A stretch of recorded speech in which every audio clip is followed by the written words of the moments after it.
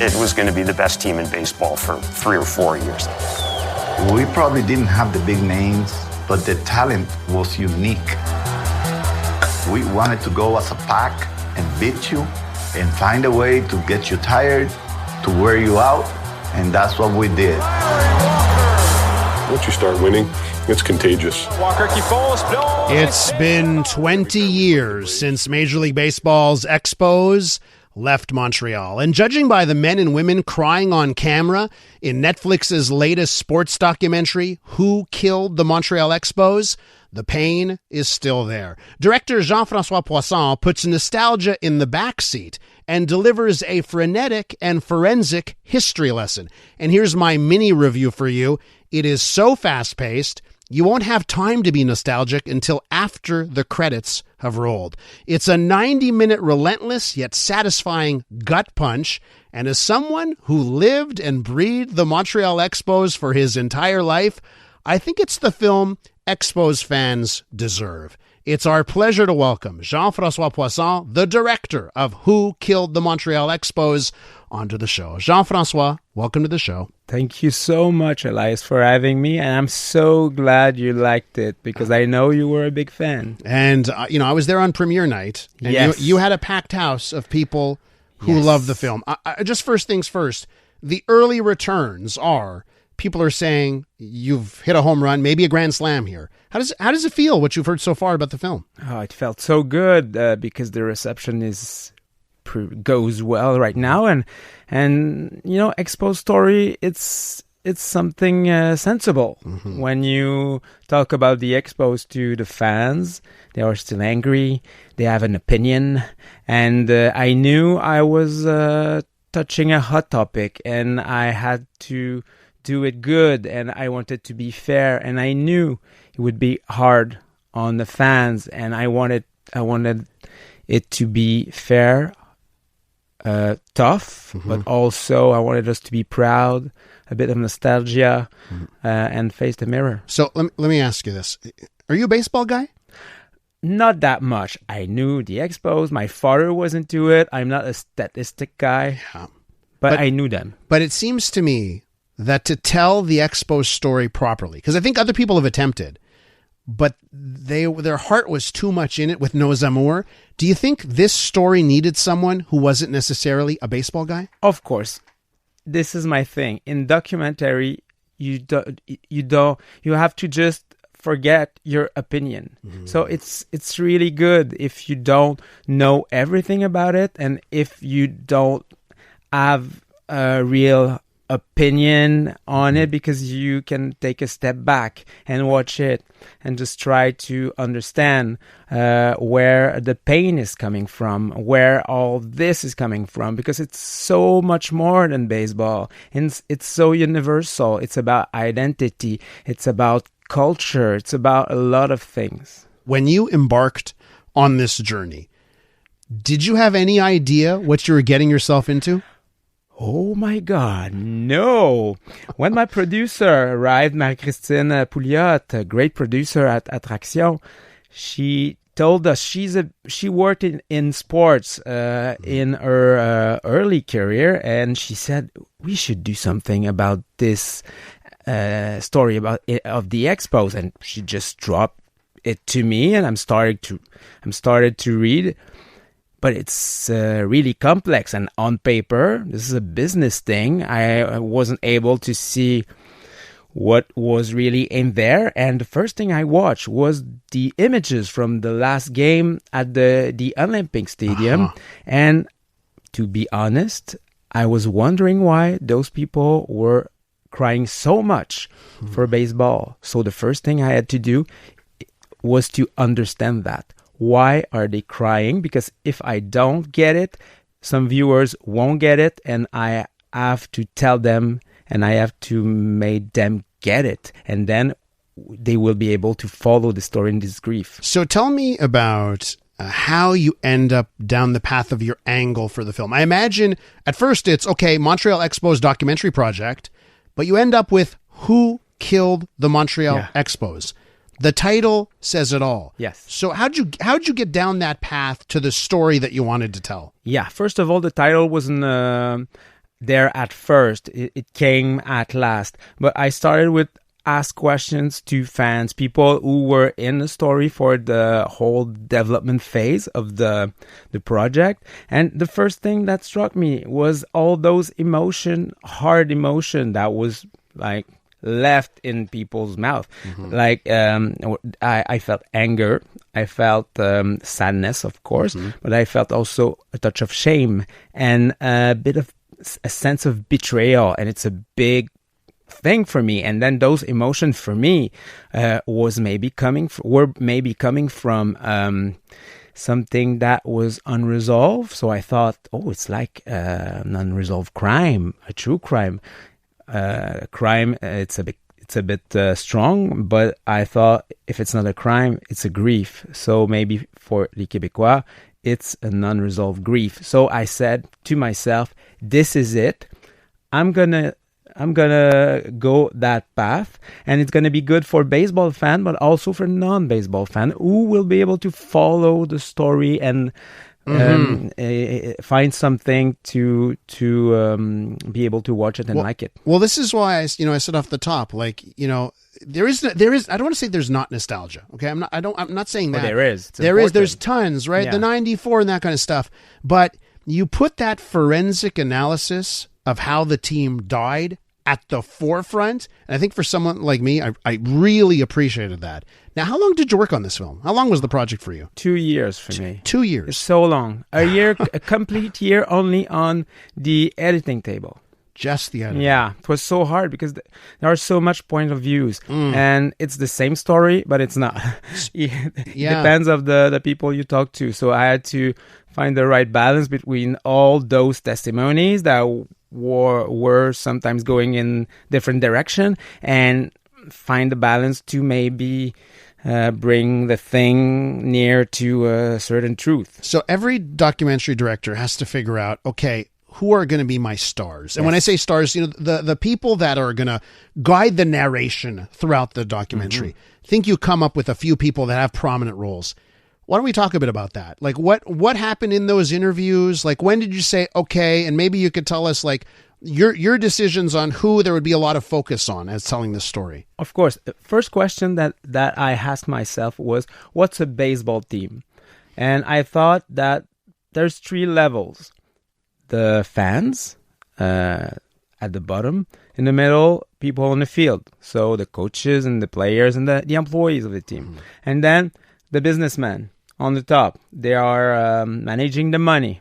And for me, this was a baseball team. This is a lot of people, but for me, it was important to have points of view of all of those parts, because the impact on the of what happened is not the same, because the fans are powerless when comes some decisions. So that was the first thing, and then I wanted the people who lived it and who were accusing someone, and I really wanted to have the US part, because in Quebec we are always pointing the bad US guy, I really wanted to hear them, because I knew that there were maybe a little bit more nuanced than that, and it was important to hear them, and they were so happy that I called, because they never talked. And David Sampson does feature prominently, and I think you're incredibly fair with everyone that you have to touch on. Yes. Jean-François, stick around. We're going to have more with you. I want to talk to you about the Netflix side of things. Of course. Working with the biggest player in streaming television in the whole world. What was that like? And I've got a few more questions about the documentary. Continuing our discussion with the director of the new Netflix documentary, dropping today, in fact, Who Killed the Montreal Expos? Looking back on why the Expos departed this city. Jean-François, thanks for sticking around. Thank you. I'm still here. Okay, Netflix. I want to talk about this aspect. How is it? This is a company, they're the streaming leader. Yeah. They probably have every single data point in the world as to what works, what doesn't work. It seems like they release a documentary every day that everyone wants to watch. So how was it working with Netflix, and how did they help you or maybe hinder you on creating your documentary? Yeah, of course they know when people stops They know when people Stop watching. Like yeah, they know stop the watching. minute someone will tune out. Yes. They know when they stop. They know when they change. They know everything. It's algorithm. So they have good data to be able to know if it's gonna please people or not. But that was surprising. But they weren't, for me, from on my perspective and my experience. They were not in this at all. They didn't bother me with that. They wanted me for the whole shooting phase. They let me do almost anything I wanted because they really wanted it, and that surprised me a lot. They wanted it to feel Québécois, and they wanted me to keep my Québécois vibe, and they wanted it to look like me because I'm from here. So it was important for them. And then they really helped me in the storytelling phase because it was going to be shown globally. So we had to find what was the inner story. Was it punchy enough? Is it clear enough? Clarity was a big thing. Mm-hmm. And how do we make this story global and appealing for everyone? Because it's not only a baseball team. You can people can relate and do some parallels with other things, and that's why it's going to resonate all around the world, I think. Well, I've often said, I go to Netflix, I'll watch something from South Korea. Yeah. I'll watch something from Germany. Why not our stories around the world? And I guess it's a delicate balance, especially for a documentary, to do something that will still resonate at home, but that, like you said, Australia. So maybe there's a baseball fan in Australia that's going to want to watch this. Yeah, and you don't believe how for Netflix, it's a risk to do a film bilingual because this doesn't happen often, and this is a risk because people doesn't really stick to that, but they wanted it because this is Quebec and Canada. And it's almost like, it feels like it was 50-50 down the middle. Yes. Like when you talk the interviews. It right? is. I think it's mostly French, but maybe 45-65, I would say. Yeah, gotcha. Okay. So Netflix overall, like helping you with, the formula. Oh, that was an amazing experience. Yeah. They wanted us to do art thing, but we wanted their philosophy. They don't want to be the first on a story. They want to do the better version of this story. So we worked on the narrative until we were happy with it. Yeah. Everyone, me and them. So if we're not happy, we go on with the editing, and we have time to take a step back. And I can, as some people helped me, watched it. I had the producer that did the Tour de France, the bicycle cycling. Yeah, this a good series. She watched it from Belgium, I think, and she knew anything about this. She didn't know anything about the Expos. No, that's it. So she could tell me, oh, this is interesting. This is a story about identity. I love that. Oh, the bad Americans coming to Quebec. It resonates with the news still. So she could just point me what her outside of Quebec thought it was interesting. Is there a part of the film that you're particularly proud of? A sequence, something, it must be tough to watch your own work here, but is there something you're proud of the most in this film? Oh yeah, that's a good question. Proud a section I love. Well, I love this section. Oh, yeah, and it almost didn't make the cut, but I think it was important. There's a section really quick when we just go back in 100 years ago, and I edited it really quickly with a lot of images, but images of the Royals and the old part, because the love story of Montreal, between baseball and Montreal, it started way before the Expos, and I really wanted to show those roots. It's quick, but it's fun, and I think this part I love. Well, it's a great example of, like, at times you have to use a time machine. Yeah. Go back briefly to explain, in order to better explain what happened in the future. And the way you weave back and forth, I thought was, one of the things I truly admired about the film. Now, let me ask you if you feel, a lot of people want the Expos back. right? Yes. You probably, premiere night, you heard it, you've been hearing it since then, right? People want the Expos back.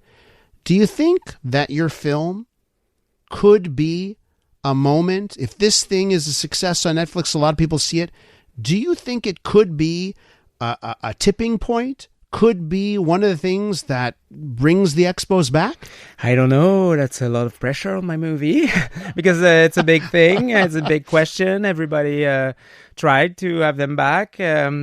So far, doesn't go well. But you end the film with some hope. Yes, because people here, it represents what people are living here. There is hope, but I'm not sure. You can see in the movie that it Major League it becomes a big business, a lot of money at stakes, billions of dollars.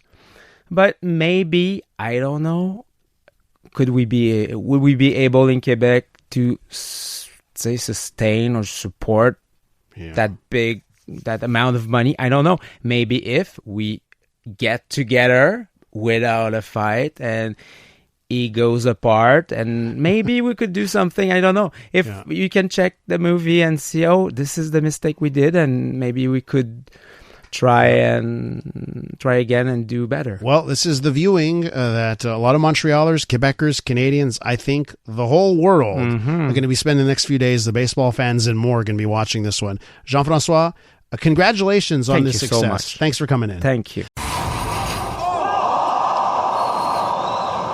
I'm Dylan Playfair. And I'm Tyler Smith. We're putting loneliness in the penalty box by talking to some of our favorite athletes about the importance of friendship. This is Bromance. Bromance is brought to you by Charm Diamond Centers, proudly Canadian-owned and operated. Charm has been part of your love stories and bromances for over 50 years. And you can find Bromance on the iHeartRadio network or wherever you get your podcasts.